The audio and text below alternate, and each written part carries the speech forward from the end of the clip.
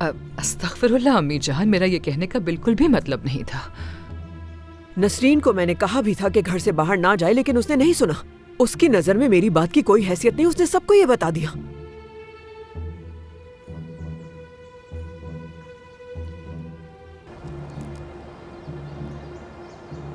सिर्फ वो डॉक्यूमेंट्स ही नहीं, मुझे मेरे वो पैसे भी वापस चाहिए।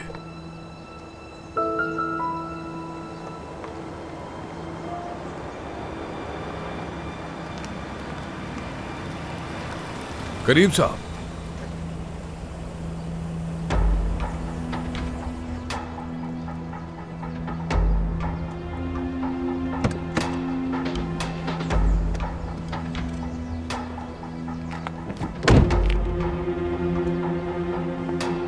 मैं आतिफ हूं।